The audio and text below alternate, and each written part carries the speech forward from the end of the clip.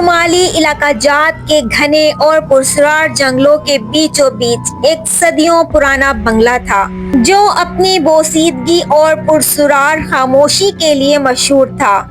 اسی بنگلے میں شہر کی روزمرہ کی گہما گہمی سے دور احمد اور سارہ اپنے دو بچوں 10 سالہ علی 8 سالہ فاطمہ کے ساتھ چھٹیاں گزارنے آئے تھے۔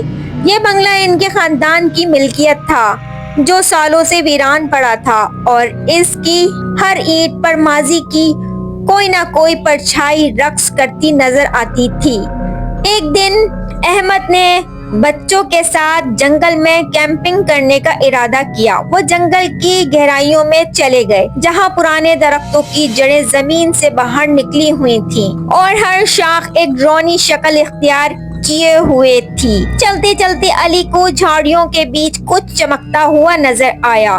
وہ قریب گیا تو دیکھا کہ ایک پرانی بھورے رنگ کی گڑیا زمین پر پڑی تھی۔ اس کی آنکھیں جو کبھی شاید نیلی ہو مٹی میں اٹی ہوئی تھی اور وقت کی گرد سے دھندلی پڑ چکی تھی۔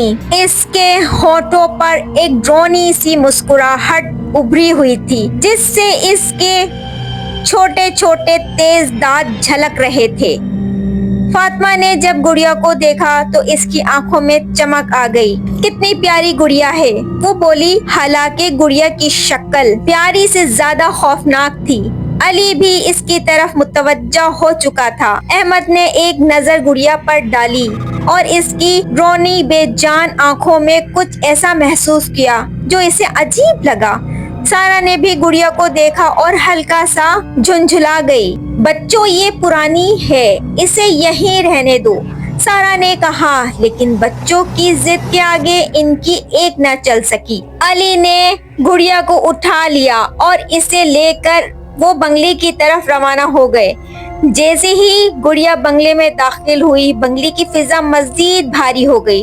شام ہوتے ہی بنگلے کے پردوں کے پیچھے سے تیز ہوائیں چلنے لگیں، کھڑکیاں خود بخود کھلنے لگیں اور بند ہونے لگیں۔ پہلی رات فاطمہ نے گڑیا کو اپنے بیڈ کے پاس رکھا۔ آدھی رات کو اسے لگا کہ کوئی اس کے بال سہلا رہا ہے۔ اس نے آنکھیں کھولی تو دیکھا کہ گڑیا کی آنکھیں چمک رہی ہیں اور وہ اسے گھور رہی تھی۔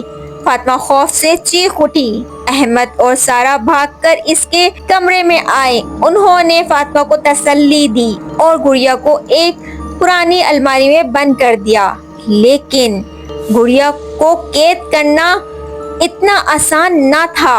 اگلی صبح جب سارہ فاطمہ کے کمرے میں داخل ہوئی تو گڑیا دوبارہ فاطمہ کے بستر پر بیٹھی تھی۔ اس کی آنکھیں پہلے سے زیادہ چمک رہی تھی اور اس کے ہونٹوں پر وہی ڈرونی مسکراہٹ تھی۔ یہ دیکھ کر سارہ کے رونگٹے کھڑے ہو گئے۔ اس دن بنگلے میں مزید عجیب و غریب واقعات پیش آنے لگے۔ دروازہ خود بخود کھلنے اور بند ہونے لگے۔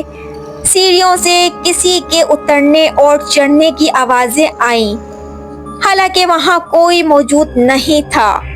کبھی کبھار تو انہیں یہ بھی محسوس ہوا جیسے کوئی ان کے پیچھے کھڑا ہے، لیکن مڑ کر دیکھنے پر کوئی بھی نہیں ہوتا۔ رات کے کھانے کے دوران کھانے کی میز پر رکھے گلدان کا پھول اچانک مرجھا گیا اور شیشے کے گلاس خود بخود ہلنے لگے۔ بچوں کا کھانا زمین پر گر گیا اور وہ خوف سے دہل گئے۔ احمد نے فیصلہ کیا کہ وہ اس گڑیا سے چھٹکارا حاصل کریں گے۔ اس نے گڑیا کو ایک مضبوط صندوق میں بند کیا اور اسے بنگلے کے تہہ خانے میں رکھ دیا جہاں پرانے اور بیکار سامان کا ڈھیر لگا ہوا تھا۔ تہہ خانہ اندھیرا اور بدبودار تھا اور احمد کی امید تھی کہ وہاں سے گڑیا کسی کو نقصان نہیں پہنچا پائے گی۔ لیکن گڑیا کی طاقت تہہ خانے کی گہرائیوں میں بھی کم نہ ہو پائی۔ اس رات بنگلے میں خوف کی ایک نئی لہر دوڑ گئی۔ آدھی رات کو اچانک بنگلے کی بجلی چلی گئی اور چاروں طرف گپ اندھیرا چھا گیا۔